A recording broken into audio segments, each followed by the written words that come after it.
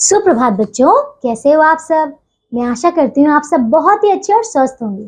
तो बच्चों, आज की कक्षा में हम शुरू करने वाले हैं हमारा अध्याय नंबर 6, जिसका नाम है बच्चों वचन, यानी कि बच्चों नंबर। ठीक है, तो आइए बच्चों, अब हम शुरू करते हैं हमारा ये नया अध्याय।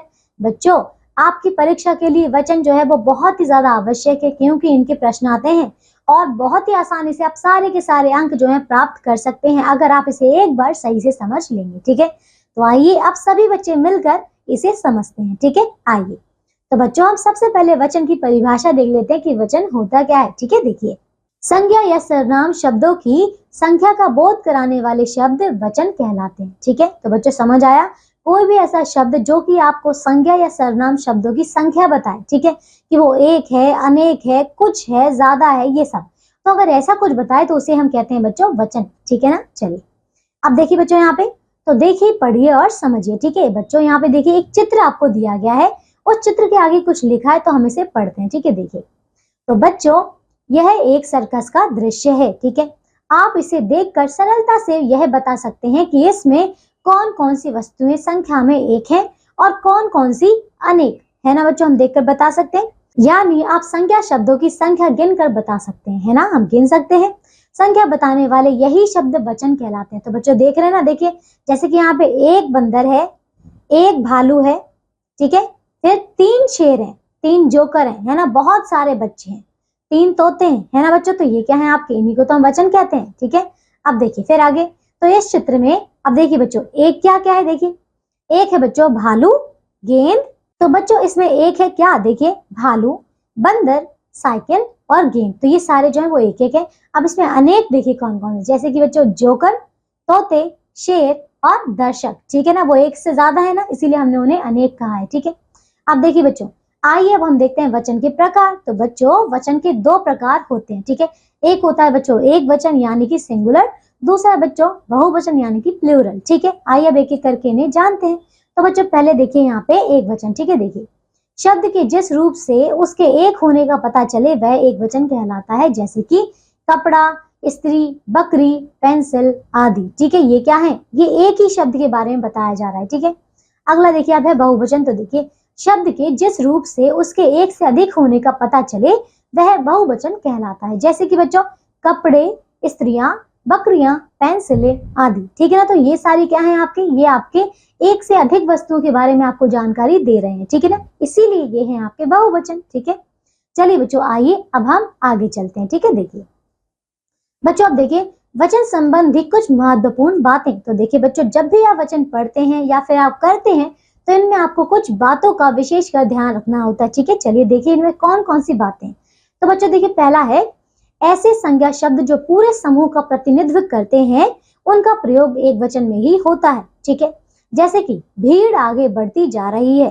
ठीक है, जनता ने अपना क्रोध व्यक्त किया। तो देखिए बच्चों, ये कौन से शब्द हैं, ये वो शब्द है जो कि पूरे, ठीक है, सबका क्या कर रहे हैं, यहाँ पे प्रतिनिधित्व कर रहे हैं, इसीलिए ये आपके हमेशा एक वचन के रूप में प्रयोग होते हैं। ठीक है, दूसरा, कुछ शब्द ऐसे होते हैं जो सदा एक वचन में प्रयोग किए जाते हैं, जैसे कि बच्चों पानी, घी, पृथ्वी, बारिश, दूध, तेल, दही आदि। ठीक है बच्चों, ये वो शब्द है जो कि हमेशा एक वचन के रूप में ही प्रयोग किए जाते हैं। ठीक है, याद रखिएगा। तीसरा, कुछ शब्द ऐसे होते हैं जो सदा बहुवचन में प्रयोग किए जाते हैं, जैसे कि प्राण, हस्ताक्षर, दर्शन, आंसू आदि। ठीक है ना, चलिए अब चौथा नियम बच्चों, कभी कभी बहुवचन बनाने के लिए वर्ग, वृंद, जन, गण या लोग आदि शब्द जोड़ जाते हैं। ठीक है ना बच्चों, देखिए इन शब्दों को जोड़कर हम बहुवचन बना लेते हैं। ठीक है ना, तो देखिए जैसे कि डॉक्टर लोग, छात्रगण, कृषक वर्ग, शिशु वृंद, गुरुजन आदि। ठीक है ना, समझ आया बच्चों। अब देखिए इसका 5वां नियम, आदर देने के लिए बहुवचन शब्दों का प्रयोग किया जाता है, जैसे कि मेरे मामा जी आए हैं। हमने यहाँ पे ऐसे नहीं बोला कि मेरे मामा जी आया है, नहीं बोला ना हमने, क्योंकि हम उनको सम्मान देते हैं, वो हमसे बड़े हैं, है ना, इसीलिए हमने बोला कि मेरे मामा जी आए हैं, हमने बहुवचन का प्रयोग किया है। देखिए बच्चों, आप आगे, आप बैठ जाइए।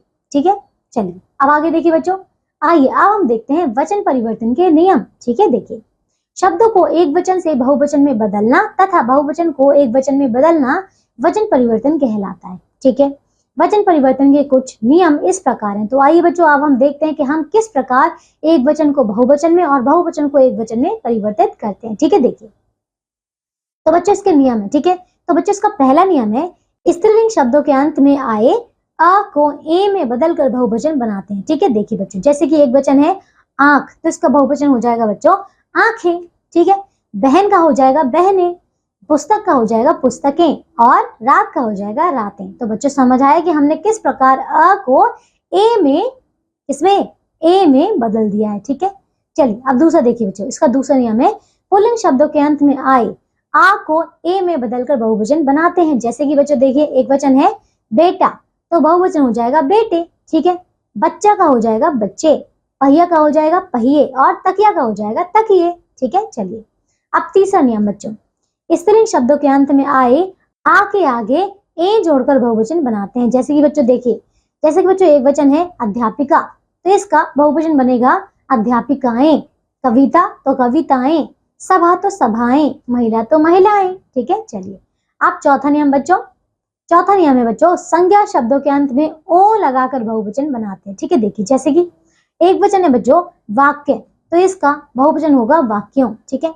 शब्द का होगा शब्दों, दुकान का दुकानों, बाजार का बाजारों। ठीक है, चलिए पांचवा नियम बच्चों, स्त्रीलिंग शब्दों के अंत में आए ई को इया में बदलकर बहुवचन बनाते हैं। देखिए बच्चों, जैसे कि एक वचन है झाड़ी, तो बहुवचन बनेगा इसका झाड़ियां, सब्जी तो सब्जियां, तिथि तो तिथियां, रीति तो रीतियां। ठीक है ना, चलिए बच्चों, तो देखिए ये भी अध्याय हमारा पूरा हो चुका है। मैं आशा करती हूँ अब आपको यहाँ पे वचन में कोई भी परेशानी नहीं होगी। ठीक है ना, आइए बच्चों अब हम इसे एक बार दोहरा लेते हैं कि हमने इस पाठ में क्या क्या सीखा है। ठीक है, देखिए संज्ञा या सर्वनाम शब्दों की संख्या का बोध कराने वाले शब्द वचन कहलाते हैं। ठीक है, दूसरा वचन दो प्रकार के होते हैं, एक वचन व बहुवचन।